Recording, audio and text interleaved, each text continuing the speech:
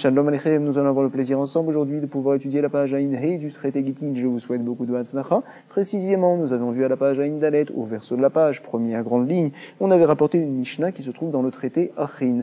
Alors donc, on sait que lorsque je viens acheter une terre, je me dois de la rendre à l'ancien propriétaire lorsqu'arrive le Yovel, à la 50e année. À l'époque où il y avait le Beth Amikdash, où la plupart du Ham Israël se trouvaient en Eretz Israël de nos jours, il n'y a plus de Yovel, c'est vrai.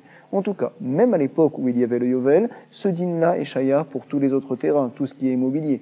Mais par contre, au sujet d'une baté erechoma, lorsque je viens acheter une maison qui se trouve donc dans une ville qui est entourée de choma, entourée de murailles. Alors voici que lorsque j'achète la maison, ça y est, elle m'appartient pour toujours, je n'ai pas le besoin de la rendre à l'ancien propriétaire. C'est vrai, mais par contre, l'ancien propriétaire, pendant la première année où il m'a vendu la terre, il a le droit de venir me rendre l'argent qu'il avait auparavant encaissé de moi, et donc justement de récupérer sa terre.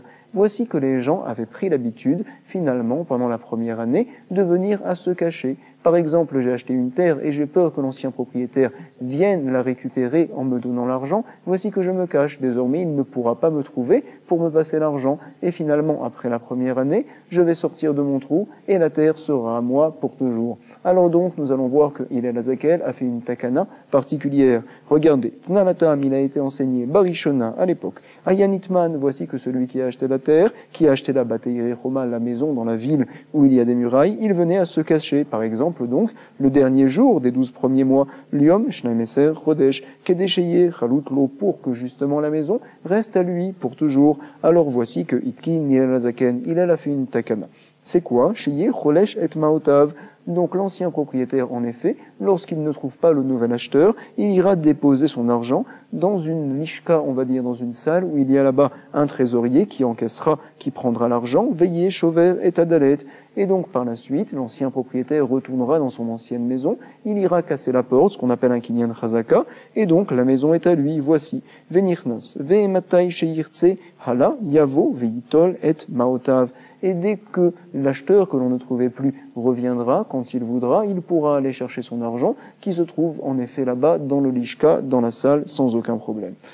En tout cas, nous allons voir deux leshonotes de Rava. Le premier lashon, c'est celui que l'on voit tout de suite, 3 lignes avant la fin, Ve'amar Rava. On l'avait déjà lu à la page Aïn Dalet, mais nous allons le reprendre. Rava a voulu déduire de la Mishnah un principe très important. Est-ce que lorsque je donne quelque chose, c'est considéré en effet comme un don, uniquement lorsque la personne à qui je donne accepte la chose de tout cœur, ou bien peut-être que non. Même si finalement c'est contre son gré, c'est considéré en effet comme un don. Voici la question que l'on peut se poser ici.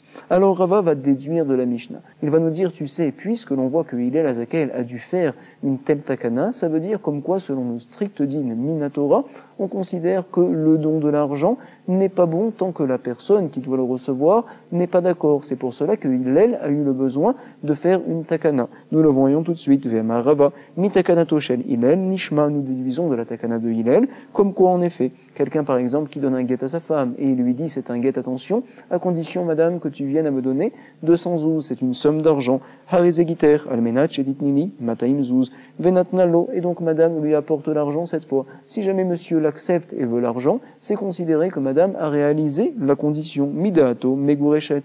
Par contre, à Al-Kocho, si jamais monsieur ne veut pas recevoir l'argent, alors madame aura beau essayer de lui donner, ça ne sera pas considéré comme un kiyum atnaï. Le tnaï n'a pas été finalement validé. C'est ce qu'on nous dit ici Rava. Al-Kocho enam megurechet.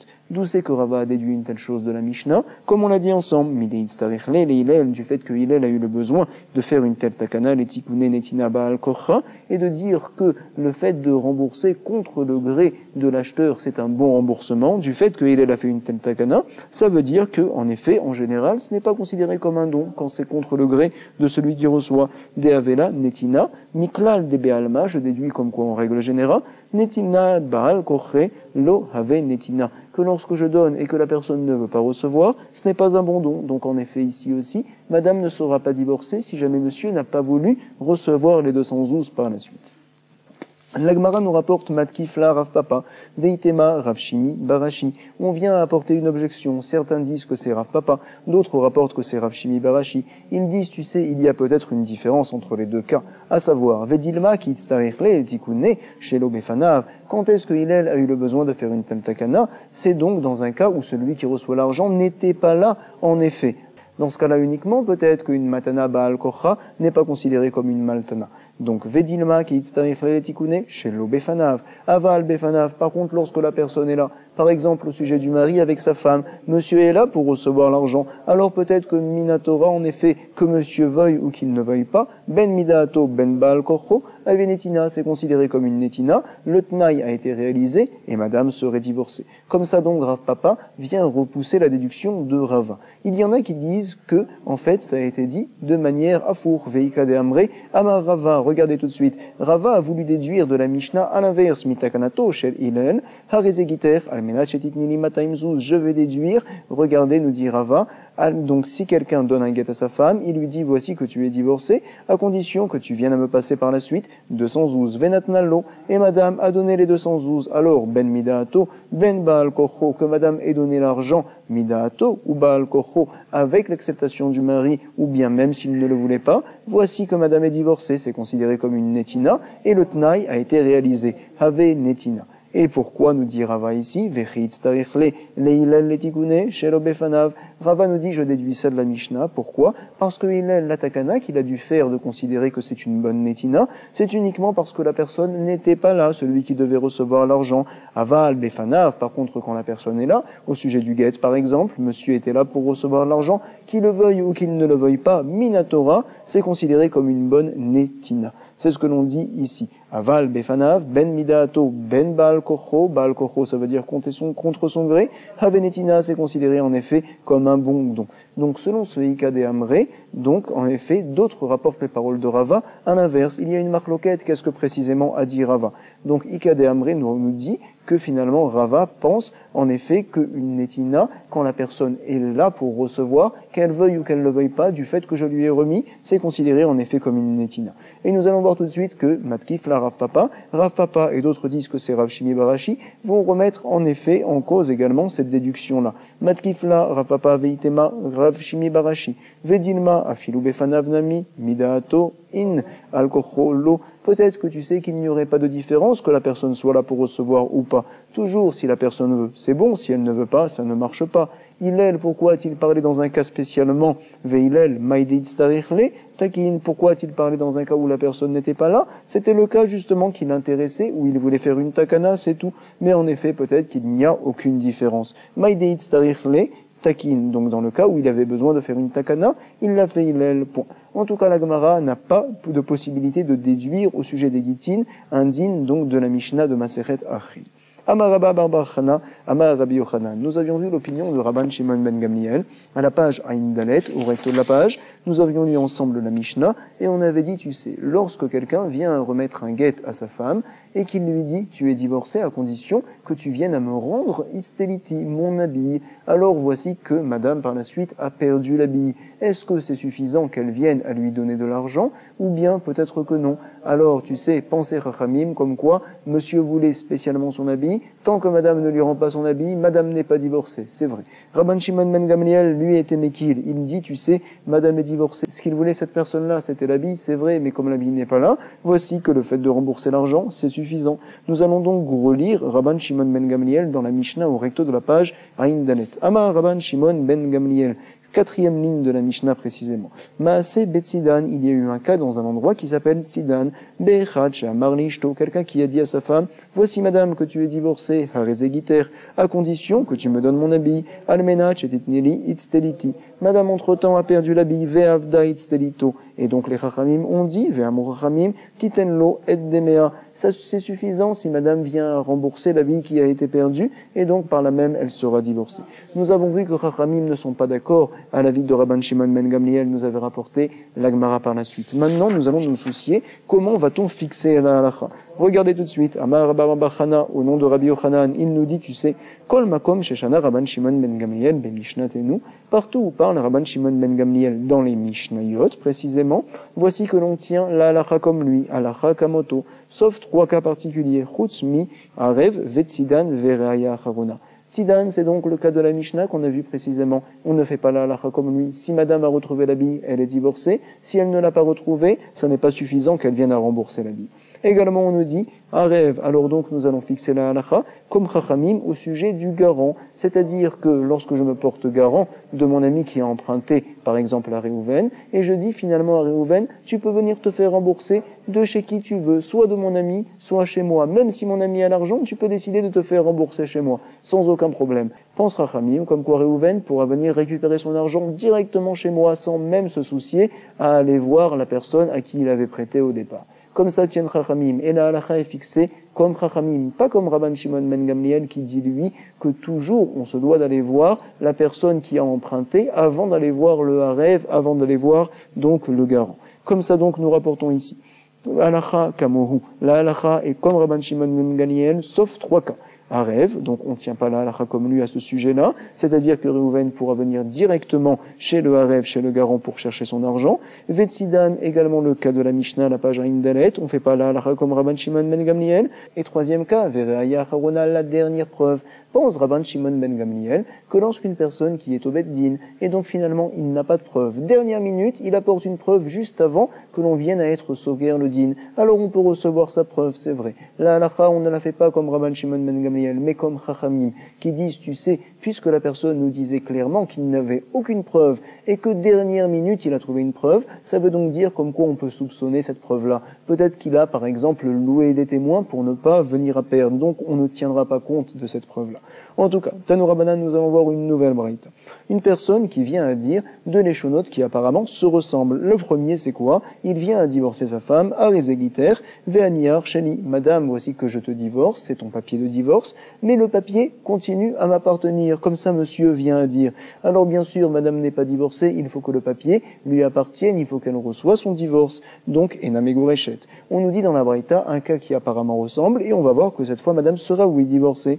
Almenach et Tarzireli et Anier. Voici, tu es divorcée à condition que tu viennes à me rendre le papier. Alors on dit, Megourechet, elle est divorcée. Et apparemment, on a du mal à comprendre. Pourquoi? Puisque, madame, quand est-ce qu'elle sera divorcée? Lorsque la condition serait réalisée, c'est-à-dire qu'elle vienne à rendre le guet. Mais à ce moment-là, elle n'a plus de papier entre ses mains pour être divorcée. Donc finalement, on devrait dire qu'elle n'est pas divorcée. Pourquoi la Braïta nous rapporte que Megourechet? C'est la question de l'Agmara, Maïshna Reisha ou Maïshna Sefa. Quelle est la différence entre la Reisha et la Sefa? Dans les deux cas, elle n'a plus de papier entre les mains lors du moment où elle doit être divorcée.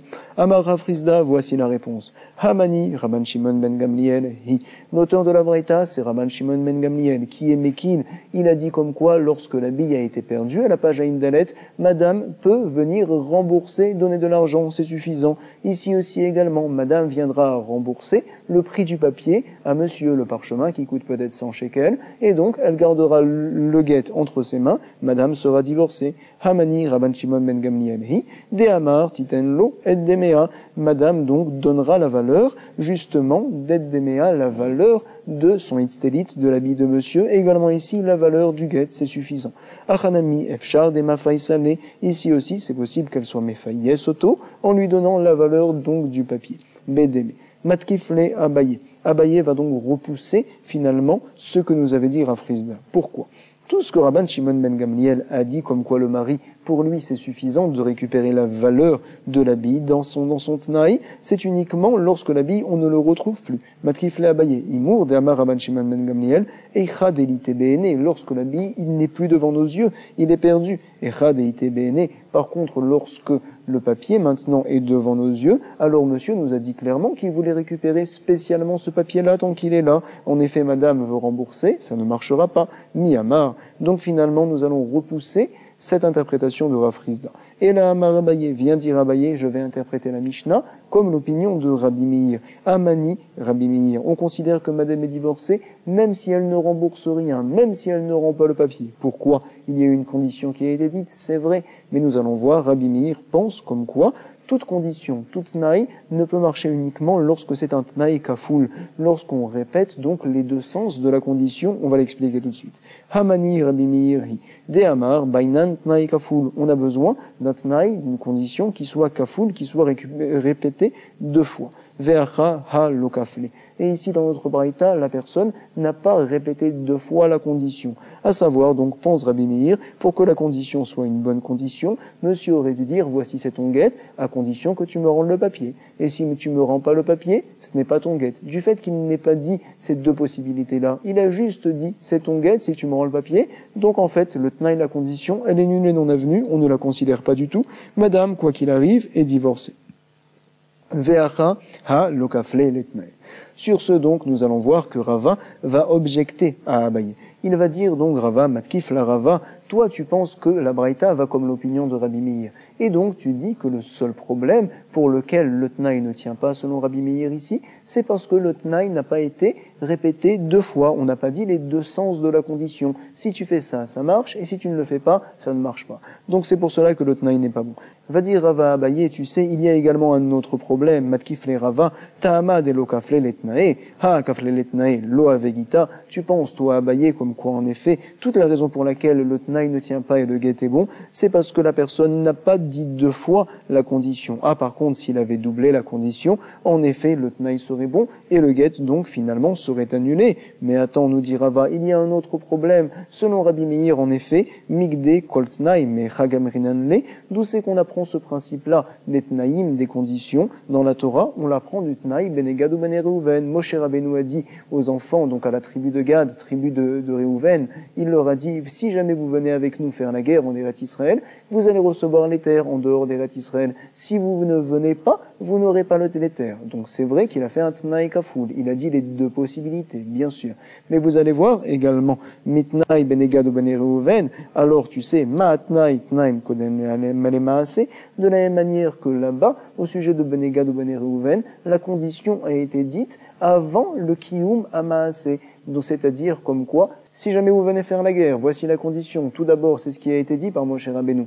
Par la suite, vous recevrez la terre, et donc le kiyum finalement du pacte. Donc tout d'abord, on commence par le tnaï, et par la suite, c'est le kiyum du pacte, donc du maasé. Ma'atam tnaï kodem le maasé, alf kol tnaï kodem le maasé. Donc Rabbi Meir, qui apprend là-bas de Moshe Rabbeinu, devrait dire comme quoi toute condition n'est bonne uniquement lorsque la condition est dite avant le maasé. Et là, dans le cas de la Braïta, ça ne marche pas pour cette raison-là également. Les apouké, ça vient exclure acha, notre cas ici, des maasé kodem le tnaï. Parce qu'en effet, monsieur avait dit, c'est ton guet, c'est le maasé, à condition que tu me rendes le papier, c'est le tnaï. Donc en fait, Rava vient dire, c'est vrai la Braïta, on peut l'interpréter comme Rabbi Meir, mais sache comme quoi, si déjà selon Rabbi Meir, le problème ce n'est pas seulement que ce n'est pas un tnaï kafoul, il y a également un autre problème pour lequel le tnaï, il est nul et non avenu et on n'en tient pas compte et c'est pour cela que madame est divorcée. C'est quoi? C'est parce qu'en effet, on avait dit donc tout d'abord le maasé, avant de dire le tnaï, c'est pas comme Benegad ou Ben Reuven. Et là, Amarava, Mishum de maasé kodem le tnaï. C'est la raison pour laquelle, dans la Braïta, on dit que le guet est bon et que le tnaï vient à tomber. Matkifla ravada barav. Nous allons voir Ta'ama de maasé kodem le tnaï. Donc, on interprète la Braïta comme Rabbi Meir. Mais attends, selon toi, donc, Rava, la raison pour laquelle on dit que le guet est un bon guet, c'est parce qu'en effet, le maasé a été dit avant le tnaï, et donc le tnaï, la condition, vient à tomber. Ha tnaï kodem le maasé, et je déduis de tes paroles, toi, Rava, comme quoi, en effet, si jamais la condition était dite avant le maasé, alors on aurait dit lo avegita, comme quoi le tnaï n'étant pas réalisé, le guet également serait annulé. Comme ça donc, on déduit de tes paroles, toi Rava. Alors sur ce, va lui dire Ravada barava, migde kol tnaï me chagamrinan neu. Dis-moi, Rabbi Meir, d'où c'est qu'il apprend cette tnaï, bien sûr? De Benegad ou Ben Reuven, toujours, mi tnaï, Benegad ou Ben Reuven. Et là-bas, tu sais, il y avait encore autre chose. Et donc vient dire Ravada barava, Rava, ma'atan tnaï, bedavar echad ou ma'ase bedavar acher.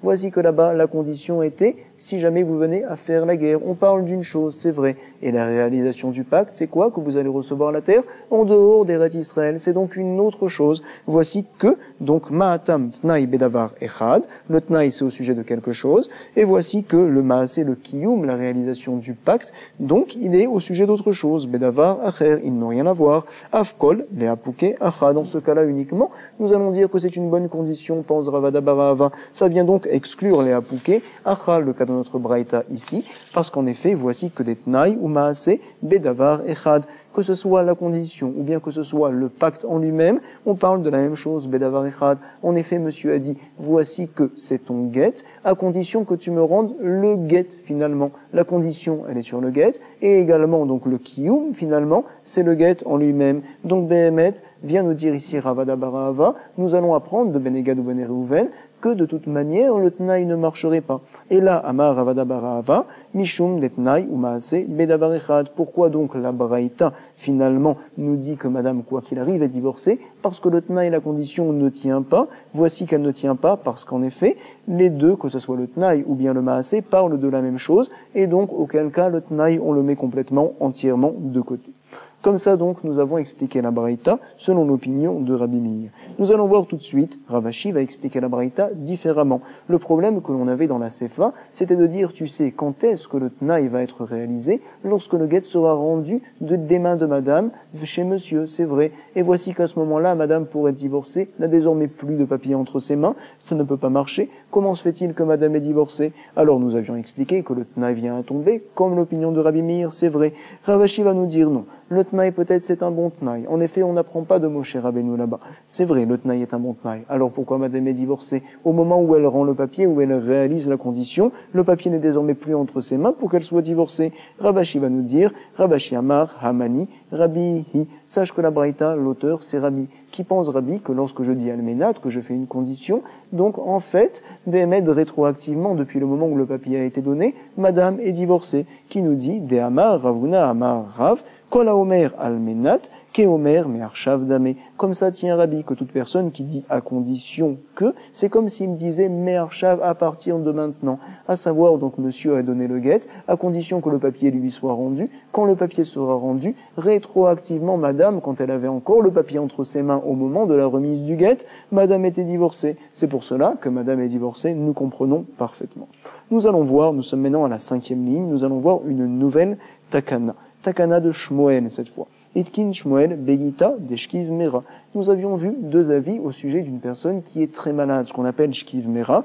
Voici que nous avions vu auparavant deux avis au sujet d'un guet qui est donné par un shkiv mera, quelqu'un qui est très malade, qui est, on va dire, presque dans son lit de mort, et monsieur se soucie du fait qu'il n'ait pas d'enfant, que sa femme ne vienne pas à faire le yiboum avec l'un des frères. Qu'est-ce qu'il veut faire? Il veut la divorcer avant qu'il vienne à mourir. Monsieur donc demande à ce que l'on vienne remettre un guet entre les mains de madame, c'est vrai. Si jamais monsieur par la suite se lève de sa maladie, alors on lui dira, tu sais, tu peux récupérer ta femme sans même avoir le besoin de te remarier avec elle. Pourquoi? On sait tous, c'est tout à fait évident, comme quoi madame n'a été divorcée que à condition que tu viennes à mourir de ta maladie et pour ne pas qu'elle n'ait le besoin de faire le hiboum, c'est vrai. Mais maintenant que tu t'es levé, la condition n'est pas réalisée, madame revient finalement entre tes mains. Comme ça nous avait dit Ravuna. Rabba et Rava n'étaient pas d'accord là-bas. Ils avaient dit que les Chachamim ont fait une takana particulière de dire comme quoi qu'il arrive, madame est divorcée.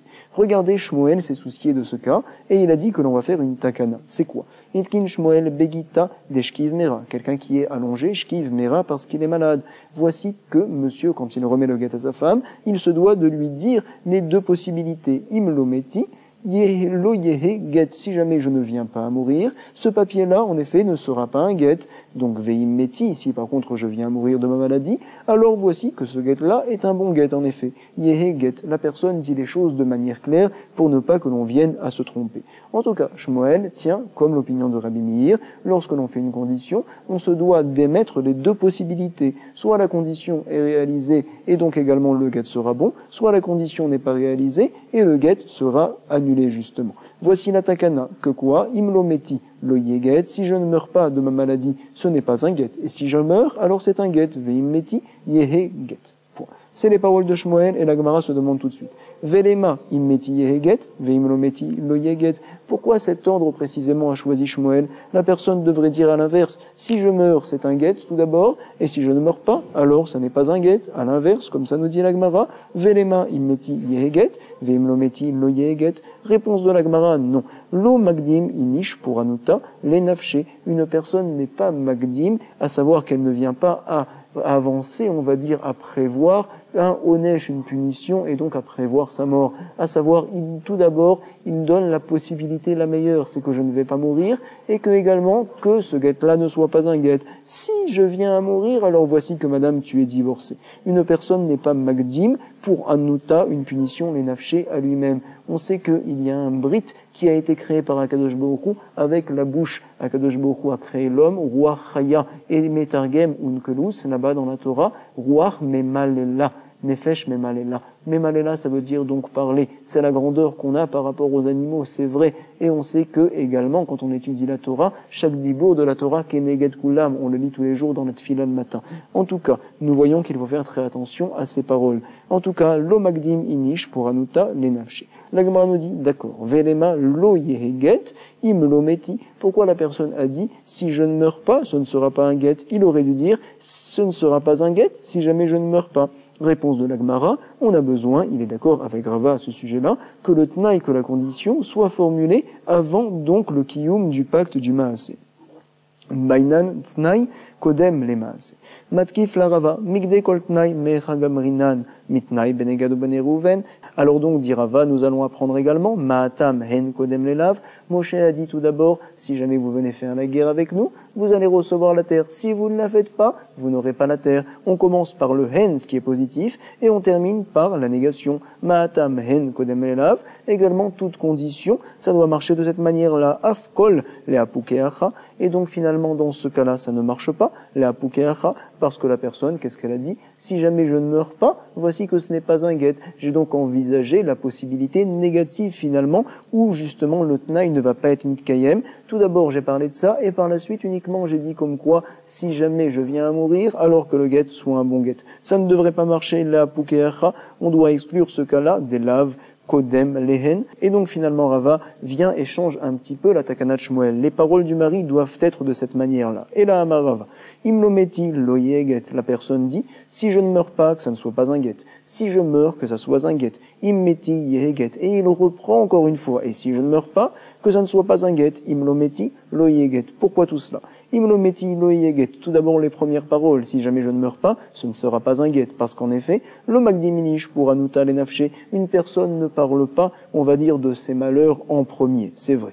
Par la suite, la personne vient à dire, immeti yeheget, si jamais je viens à mourir, que ce soit un bon guet, c'est vrai. Et on reprend encore une fois, imlometi lo yeget, si je ne meurs pas, que ça ne soit pas un guet. Pourquoi une telle chose? Bainan hen kodem lelav. En effet, on a besoin que le cas positif où le tnaï est réalisé vienne à devancer le lave, donc on va dire le cas où le tnaï n'est pas réalisé. C'est pour cela que par la suite, quand monsieur a dit si je meurs que ça soit un guet, il l'a repris encore une fois, il a dit si je ne meurs pas que ça soit pas un guet. En tout cas, maintenant nous allons attaquer une nouvelle Mishnah, et donc nous allons parler dans cette Mishnah-là encore de tnaïm, des conditions, monsieur qui vient à divorcer sa femme, et il lui dit à Rezegiter, Almenash, et Jamchi, et Taba, voici c'est ton guet, c'est vrai, mais à condition que tu viennes à servir mon père finalement. Almenat, Shetani qui est béni, à condition que tu viennes à allaiter mon fils. Dans ce cas-là, et uniquement dans ce cas-là, madame, tu seras divorcée. On nous dit dans la Mishnah, Kama hi menikato, quel est le temps de la menika, de l'allaitement? On nous précise, Shteshanim, c'est 2 ans. Rabbi Yehuda Omer, non, 18 mois uniquement. Shmona, Asar, Chodashim. Donc l'habitude des bébés, c'est donc justement, de boire du lait de maman pendant 2 ans selon Chachamim. Selon l'opinion de Rabbi Yehuda, 18 mois uniquement. On nous dit dans la Mishnah également, tu sais, si jamais le petit enfant est mort, Metaben, ou bien le papa est mort, oh, chez Metahav, est-ce qu'on considère que madame est divorcée ou pas? Oui, Arézé, Guet. Pourquoi? Monsieur n'a pas précisé un temps où madame devait travailler finalement. Et donc, puisque le père n'est plus en vie, comme l'enfant également n'est plus en vie, voici qu'on n'a plus désormais besoin d'elle, et donc finalement, le Guet est un bon Guet. Arézé Giter, Almenat, Shetal Shamshi, et Tabash Teshanim. Maintenant, par contre, nous parlons de quelqu'un qui divorce sa femme en lui donnant précisément des temps, on va dire, de travail. Il lui dit, tu es divorcé à condition que tu viennes à servir mon père pendant 2 ans. Almenat, Shetaniki et béni, Shteshanim, à condition que tu viennes à allaiter mon fils pendant 2 ans. Il lui précise cette fois. Et donc, si jamais l'enfant vient à mourir au bout d'1 an, par exemple, Metaben, ou bien le papa, Oshe Amarav, Ifshi, Sheteshamshi, Shelobeakpada. Le papa a dit, je n'ai pas envie, Ifshi, comme quoi tu viennes à me servir, toi madame, chez l'obéakpada, ce n'est pas parce que je me suis énervé avec toi, je ne suis pas makpid avec toi, mais simplement je n'ai pas besoin. Alors donc, madame est-elle considérée comme divorcée ou pas? Elle n'est pas divorcée, et no get. Pourquoi monsieur avait demandé que madame fasse de tels travaux pendant 2 ans, et uniquement auquel cas madame serait divorcée? Madame n'a pas fait ces travaux-là, peu importe la raison, elle n'est pas divorcée. Rabban Shimon ben Gamliel Omer, Kazé, get. Je pense oui, comme quoi c'est un get, donc même dans le deuxième cas que l'on vient de citer. Kla lama Rabban Shimon ben Gamliel, voici le principe que je viens de dire, nous rapporte Rabban Shimon ben Gamliel, c'est kol akava chez Nahimana, arezeget, donc tout empêchement qui n'est pas à cause d'elle, madame, alors donc ça n'empêche pas la réalisation du get. On dit que madame est oui divorcée. En effet, pense Rabban Shimon ben Gamliel que lorsque madame ne peut pas réaliser la condition et c'est contre son gré, alors monsieur n'était pas makpid à ce sujet-là et voulait que madame soit divorcée quoi qu'il arrive au moment où il y a remis le papier. Et la Gemara vient à se demander, j'ai un problème, notre Mishnah nous dit comme quoi le temps d'allaitement c'est donc 2 ans selon Chachamim, selon Rabbi Yehuda, c'est 8 mois. Ou mi bainan kuleai, a-t-on besoin d'autant de temps de travail, mais pourtant au Rominéou, j'ai une Tosefta qui nous dit, tu sais, si jamais madame a servi le papa pendant un jour uniquement, Shamachato Yom Echad, ou bien elle a donc Enikato Yom Echad, elle a allaité le petit enfant pendant un jour uniquement, on considère que madame est divorcée, Harezeget. Donc finalement, j'ai une stira de notre Mishnah avec la Tosefta que l'on vient de voir.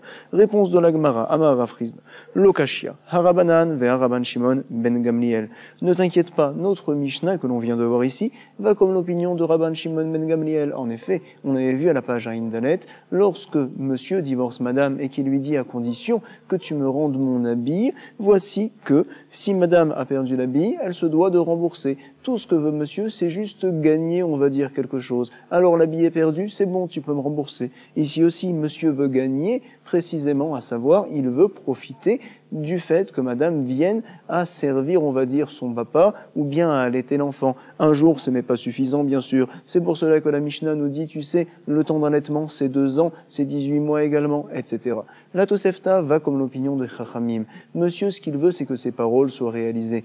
Monsieur voulait son habit, madame ne sera pas divorcée tant qu'il n'aura pas reçu son habit. C'est vrai, mais par contre ici, puisque madame a réalisé les paroles de monsieur, elle a allaité le petit enfant. Ce n'était qu'un jour, c'est vrai, mais en tout cas c'est suffisant pour que les paroles de monsieur soient réalisées. Voici que madame est divorcée. Comme ça nous répond Rafrizda. Amar Rafrizda Lokashia. Harabanan vea Rabban Shimon ben Gamliel. La Tosefta, c'est comme Chachamim. Donc la Mishnah, c'est comme Rabban Shimon ben Gamliel, qui pense en effet comme quoi, donc ce que veut monsieur, c'est profiter. Un jour, ce n'est pas un profit. Il veut profiter, par exemple, donc, pendant 2 ans. Comme ça, donc, nous rapporte la Gemara. Amara Frizda, Lokashia, Harabanan, Vea Rabban Shimon ben Gamliel. La Gemara s'étonne. Matnitin Rabban Shimon ben Gamliel, ou Braïta Rabanan. Ha, Midesefa Rabban Shimon ben Gamliel.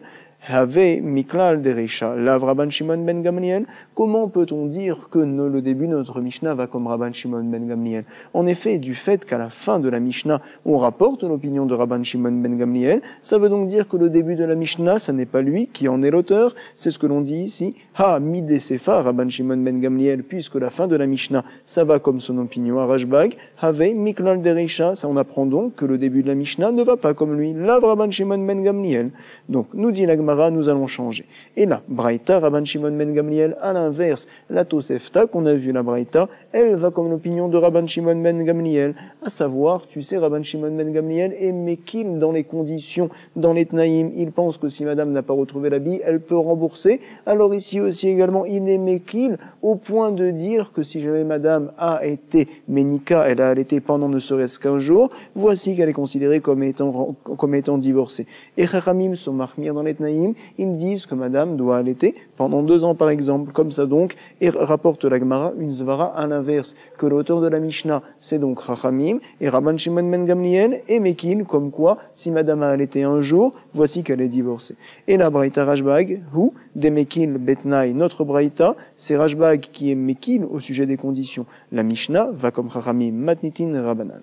Nous allons voir tout de suite comme quoi, Rabba nous donne une autre réponse, Rabba Amar Lokashia, Kan Bestam, Kan Be Mefaresh, à savoir que notre Mishnah, on parle de quelqu'un qui a donc dit, voici je veux que tu allaites, mais il n'a pas donné de temps précis. C'est pour cela, comme quoi, un jour ce n'est pas suffisant. Kan ben mefaresh dans la Tosefta, la personne a dit, comme quoi un jour ça lui suffirait, et donc finalement c'est pour cela, comme quoi madame est divorcée si elle a allaité un jour. On peut donc le voir également dans Rashi. Il nous dit Kan bestam, on va dire 10 lignes avant la fin de la Rashi, matnitin de Amar, shteshanim, notre Mishnah qui dit 2 ans taniki, bestam ou braïta, bemefaresh yom echad. Et la braïta, donc, c'est une personne qui a dit, voici que si tu allaites ne serait-ce qu'un jour, ça sera suffisant, et dans ce cas-là, on dit que madame est divorcée. Comme ça nous dit Rava. Nous allons voir que Ravashi ne vient pas expliquer tout de suite la stira entre la Mishnah et la braïta, mais simplement il vient être cholek avec les paroles de Rava. Il pense, tu sais, Ravashi Amar, kol stam nami kemefaresh. Même si la personne n'a pas dit précisément un jour,